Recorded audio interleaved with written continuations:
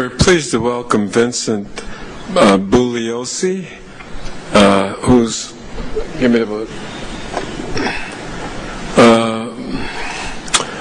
author of several timely books. I think this is his latest one, The Prosecution of George W. Bush for Murder.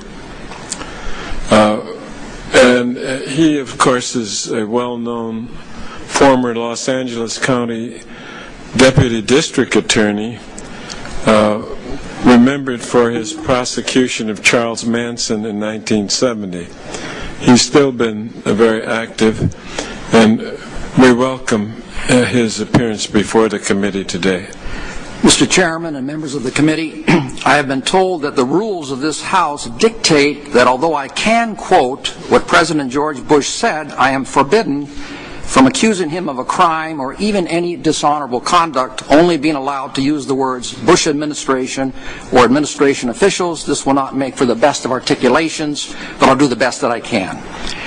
In my book here, The Prosecution of George W. Bush for Murder, I present evidence that proves beyond all reasonable doubt that Bush administration officials took this nation to war in Iraq on a lie, under false pretenses, and therefore under the law. They are guilty of murder for the deaths of over 4,000 young American soldiers who have died so far in Iraq fighting their war. And let's not forget the over 100,000 innocent Iraqi men, women, children, and babies who have died horrible, violent deaths because of this war. I am fully aware that the charge I just made is a very serious one, but let me say that at this stage of my career, I don't have time for fanciful reveries. I never in a million years would propose a murder prosecution of Bush administration officials if I didn't believe there was more than enough evidence to convict them and that I was standing on strong legal ground. What is some of that evidence? Because of time constraints, I'm only going to mention one piece of evidence today. I have documentary evidence that when George Bush told the nation on the evening of October 7, 2002, that Saddam Hussein was an imminent threat to the security of this country, he was telling millions of unsuspecting Americans the exact opposite of what his own CIA had told administration officials just 6 days earlier in a classified report on October the 1st, that Hussein was not an imminent threat. But it gets worse. On October the 4th, the Bush administration put out an unclassified summary version of the classified report so they could give it to Congress and the American people. And this unclassified version came to be known as the White Paper. And in this White Paper, which I have in front of me, the conclusion of U.S. intelligence that Saddam Hussein was not an imminent threat to the security of this country was completely deleted. Every single one of these all-important words was taken out. So Congress and the American people never saw any of this.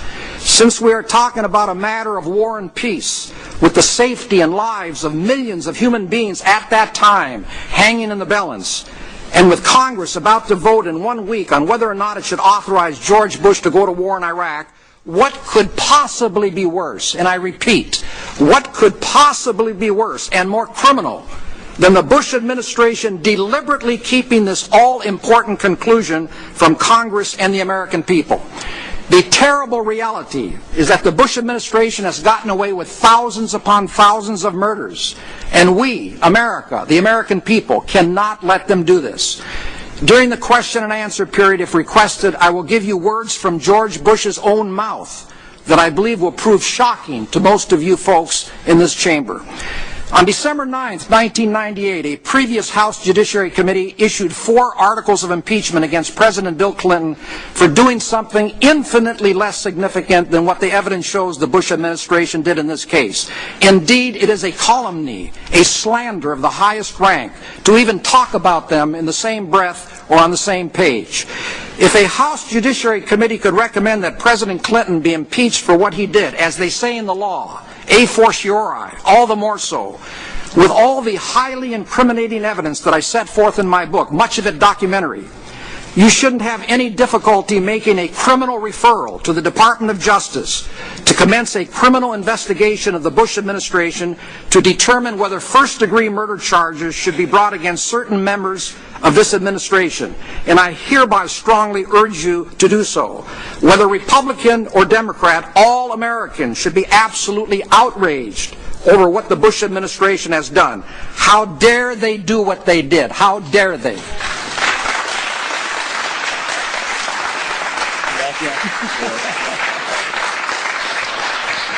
It'll just take a half minute or so to wrap it up.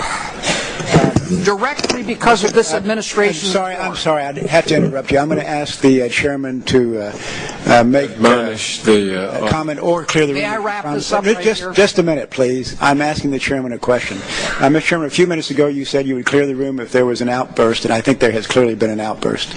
I'll leave it up to your discretion as to. I'm not going to clear the room, but I would ask the guests here at the hearing to not give any indication of approval or disapproval of any of the statements being made by the witnesses. Directly because of this administration's war, there are well over 100,000 precious human beings in their cold graves right now as I am talking to you. Speaking metaphorically, I want you to hear, as I do, their cries for justice. I say that it would greatly dishonor those in their graves who paid the ultimate price because of this war were you not to refer this case to the Department of Justice. If we want this nation to become the great nation it once was, widely respected around the world, we can hardly do this if we don't take the first step of bringing those responsible for the war in Iraq to justice. Thank you, Mr. Chairman.